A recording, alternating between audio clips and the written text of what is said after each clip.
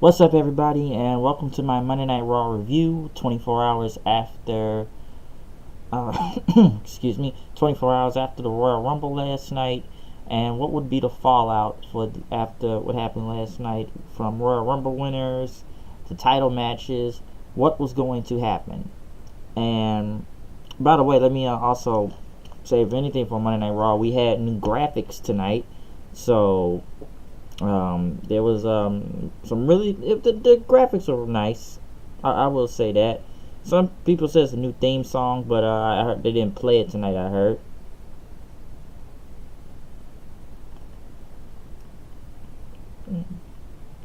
Hold on a second. Yeah.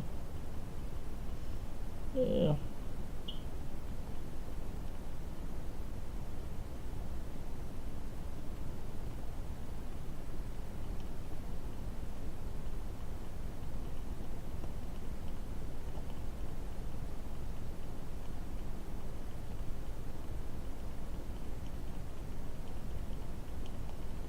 Yeah, but like I said, there are new graphics for Monday Night Raw tonight, so that pretty much went on. As we also had a new commentator.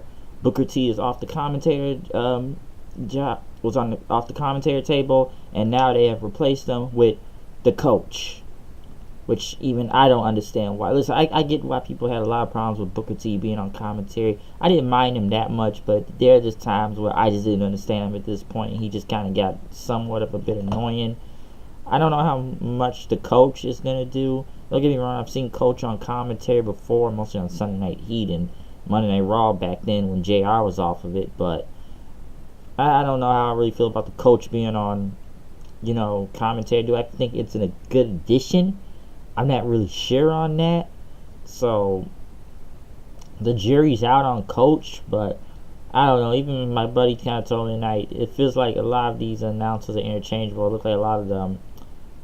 Someone said that a lot of the black announcers, that they just kind of interchangeable. They gotta have one as a third guy for some reason. It's like I keep hearing that a lot. But of course, Stephanie McMahon has to come out and stroke her ego when she talks for Monday Night Raw, kicking off the show.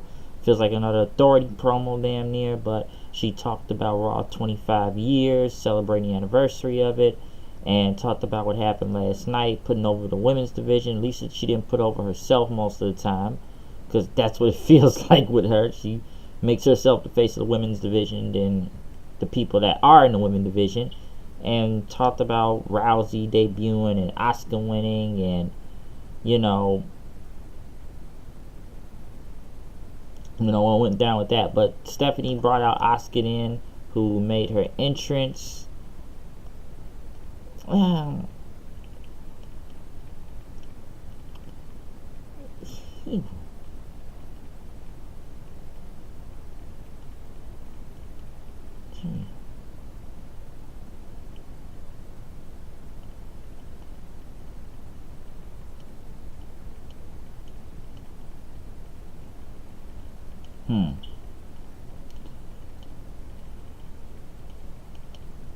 Yeah, but like I said, Asuka came out. She made her entrance. Stephanie pretty much talked about who she wants to face, which we didn't hear that last night. But Asuka may want to wait, and Stephanie says that Alexa Bliss may not even be the champion, because now there is a women's elimination chamber match. So she's automatically in. Let me kind of pause and say, alright, women's elimination chamber match. How do I feel about that?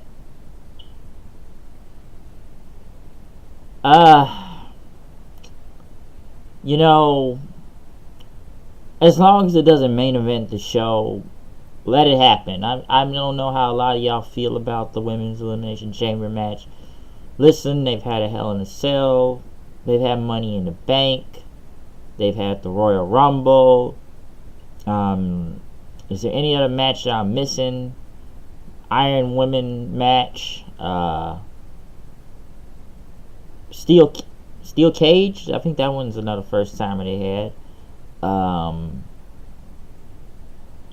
Yeah, we've given the women plenty of matches. Now we've given them an elimination chamber. Listen, as long as it doesn't main event the show, then, you know, because these whole first time ever things are somewhat getting annoying now, which it is making history, but I don't know. I just feel like sometimes it's just a way for Stephanie to push the political agenda and put herself over, or because that's what I felt when I saw last night. I really felt like that when I saw that women's Royal Rumble last night, of just really trying to push a political agenda. Because in no way the guys' Royal Rumble should have been the third match on the card. That still made no entire sense to me. Okay, it didn't. But the only reason why they really needed the women's Royal Rumble so they can get Rousey over, of course, in the ending of the show.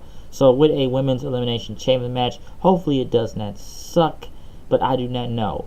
Asuka then spoke some Japanese to the crowd and pointed at the WrestleMania sign, pretty much saying she's going to be champion and that nobody is ready for Asuka. But Sasha Banks came out and pretty much says, you know, the Royal Rumble proved the distance and that she proved it and that she is ready for Asuka. And Stephanie made the match, Asuka versus Sasha Banks, which almost felt like it's something that would be on a pay-per-view, to be honest. But they want to put it on tonight, then I guess so. We're just giving it away for free on TV, but, you know, this really does sound like a big pay-per-view money match. My buddy did kind of call this. He would pay money to see this on pay-per-view, which would be really great, but surprisingly, we're getting it tonight. As also tonight, we would have Elimination Chamber qualifying matches. Braun Strowman went against Kane and a last man standing, which was literally lopsided throughout the whole match, with Strowman destroying Kane, and Strowman came out throwing weapons everywhere. They fought into the crowd, and then he pushed the broadcast table on top of Kane, which clearly Kane kind of went under the table. Really, he never. You can see he just kind of, you see he's sitting right there, and he just kind of rolled once the table went over. And just kind of went over the whole the drapes thing right there, the drapers of the table or curtain. So it looked pretty safe in a way. The crowd they were hot for it, but they were not as like insane hot for it. So last man standing, Strowman wins, and he says he says he's going to Elimination Chamber pretty much. As Graves asked him, "What did you just do?" He said, Kurt Angle said, "Last man standing." Well, I did it. I'm the last man standing. So that's pretty much what he is right now. He's the last man standing. So Strowman moves on after he pretty much killed Kane as the EMTs pulled him out. After that, Kurt Angle pretty much went up to Strowman and says, "Can you give me a break? Come on. We had this talk." And then Strowman says, Angle should be lucky. He told Angle he shouldn't be lucky that I am the last man standing and I didn't do more damage to Kane, and I will be the last man standing when I take out Brock Lesnar and beat him for the Universal title at WrestleMania. Elias came out, played guitar, talked about his role at the WrestleMania. Had like some I don't know what he was wearing. It was like a white jacket, but it looked cool though. And he sang a song going to Elimination Chamber, saying this is Elias's night. Woken or Broken Matt Hardy came out to somewhat of a delete chant.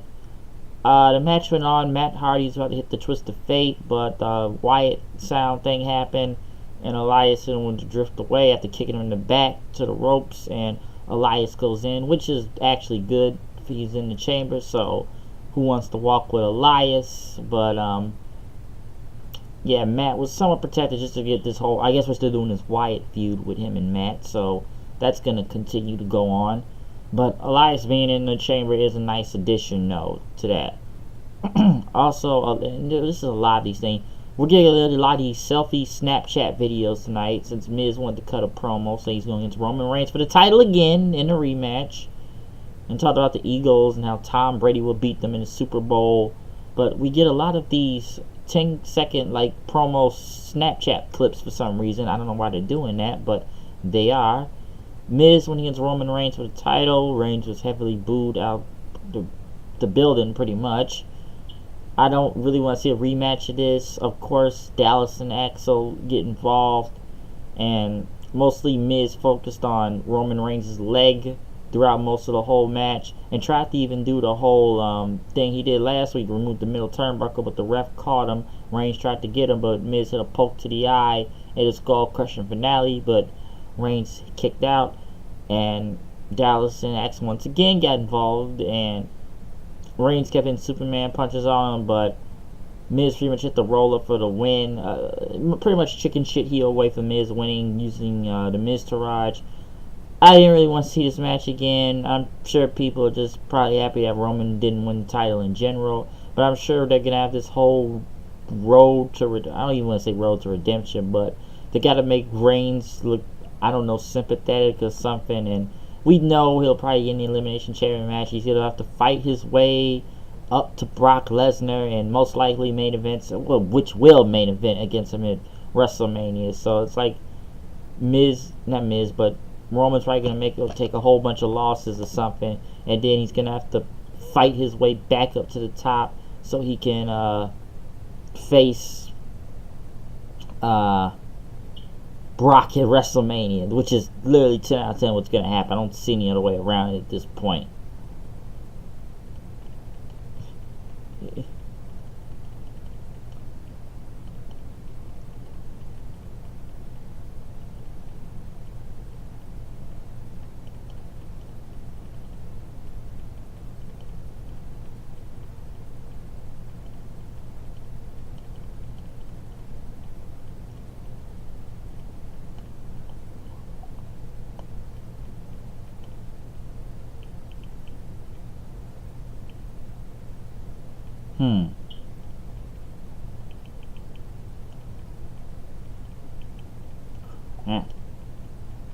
Yeah, yes, as I was saying,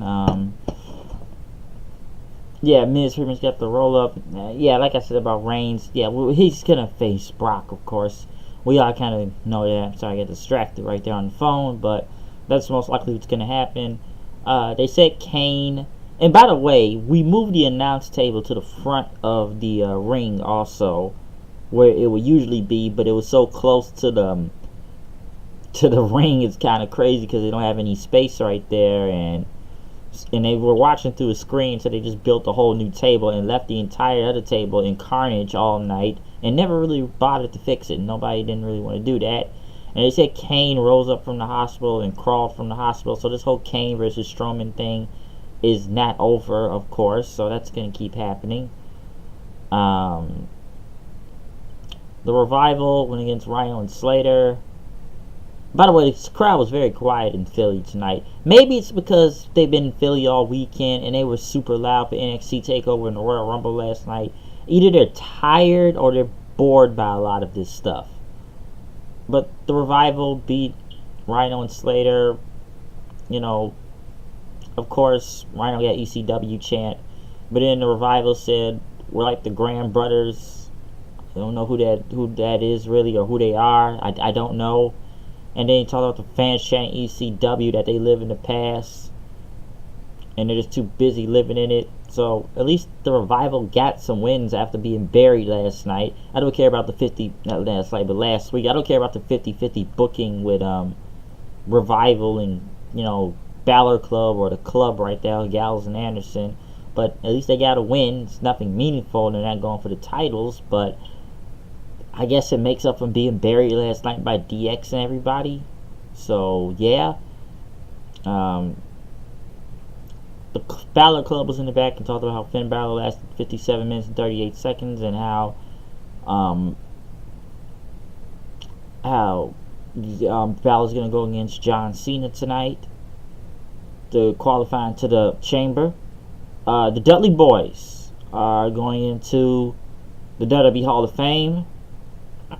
So, yeah, let them have it. Makes up for that horrible run they did about 2 years ago anyways when they came back to the WWE. I would say, I don't even know if Bully Ray is still in Ring of Honor, but I did enjoy his Ring of Honor run, though, against the Briscoes. Sasha was in the back, talking about she was in the Rumble for 54 minutes and 46 seconds, and how she's going to beat Asuka tonight. Which I would say I did enjoy this match. I wish the crowd wasn't so quiet for this match. One brutal spot though, and the suicide dive Banks did, and then Asuka kicking. I swear Sasha looked like she almost landed on her like face plant, almost landed on her neck. Somehow she kind of survived it a little. I don't know how, but that looked really tough to watch right there. She really looked like she could have landed on her face very badly, her neck. But they said her feet hit the rope, so at least she somewhat saved herself, they said. But that looked tough to watch. And then Asuka pretty much did the combination strikes on Sasha, but Sasha was able to pretty much hit the double knees off the top rope then. And even when Asuka tried to do the hip attack, Asuka fell out the ring, and she was able to hit another double knees on her and hit the bank statement, but it pretty much transitioned to an Asuka lock for the win. So it was a really good match, I will say that. Something that should be on a pay-per-view, but the crowd was very quiet, but they pretty much got hyped up a little once the match got down and stretched for it. But should have this been safe for a pay-per-view? I don't know. I thought it was a really good match, of course. Now, do people think Sasha's going heel? I don't know. But technically, both were faces right here. So the crowd really didn't know who to boo right now. John Cena cut a promo in the back once again on his Snapchat video. Talking about, he said he's going to go to WrestleMania, but he's got to get to the Chamber first. Sheamus and Cesaro went against Titus Brand for the tag titles, which I'll say, Cole wants to say it's a hard-hitting night. But I will say one spot about this match where Cesaro popped Cruz into the air and hit a power bomb that looked very bad. And you can see Sheamus looked like he just kind of rolled a little. And that was a very rough looking power bomb. But Cruz just got up and did his kick and hit a moonsault but missed. And Sheamus and Cesaro hit their finisher on the win. But that was a very weird spot. Okay, that was weird when that power bomb happened. I don't know who looked hurt more, Cruz or Sheamus right there, but that was tough. But then again, I don't think anybody saw Titus Brand winning, because when they announced them, they literally got no reaction. So yeah, they got 2 wins over them, but were they really winning the titles? No. And we didn't see really any NXT debuts tonight also, so that happened. They recapped Rousey pointing at the sign. We already spoke more of that in the review with her, so really surprised no Rousey didn't try to hype her up tonight. There's supposed to be a GM for 205 Live. I don't really care about 205 Live. People think Rey Mysterio is going to be part of it. I don't know, but we shall see. I think Alexa Bliss said something on Twitter about the whole Elimination Chamber.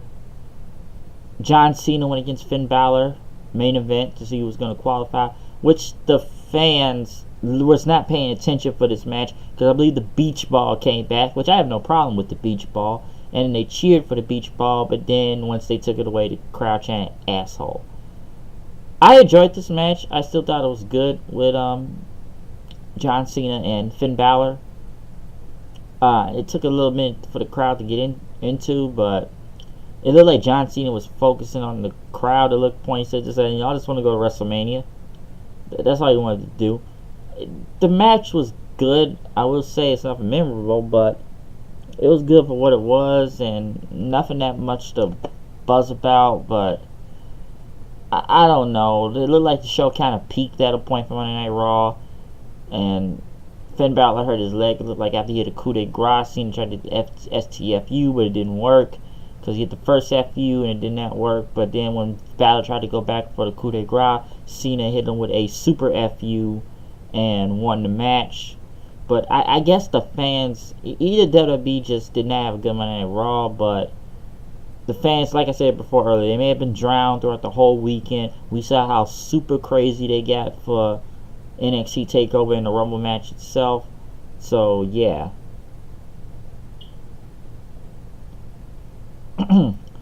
But yeah, no Rousey tonight, even though everybody said that she signed a contract full time, even though she was only here one day yesterday and didn't show up on the next day. So, you know, if you're on a full-time contract, why aren't you here tonight? Yeah, I just think the crowd was really kind of dead, but we got 3 people in the chamber right now. Cena, Balor, Cena, Elias, and Braun Strowman as the moment. So Monday Night Raw was just, it was here, it was there, but like I said, I just think the crowd was pretty dead, because Philly was just loud for the Rumble in NXT. And I believe they're in Philly tomorrow night, so I don't know if it'll be a dead crowd tomorrow night, but I just think the fans were drained, or they were just bored by some of this stuff that they did not care about what was going on. So, Monday Night Raw, it was okay. It wasn't garbage in that all the way, but I would say it was okay to good. You know, Elimination Chamber women, I don't know. I'm 50-50 on that right now. But they want to force us to make history thing so many times, so yeah. But I am out of here. I'll see you guys later. Comment, subscribe, check out my reviews and reactions for NXT TakeOver Philadelphia and the Royal Rumble match and whole show by itself. So yes, I am out of here. I will see you guys later, and peace out.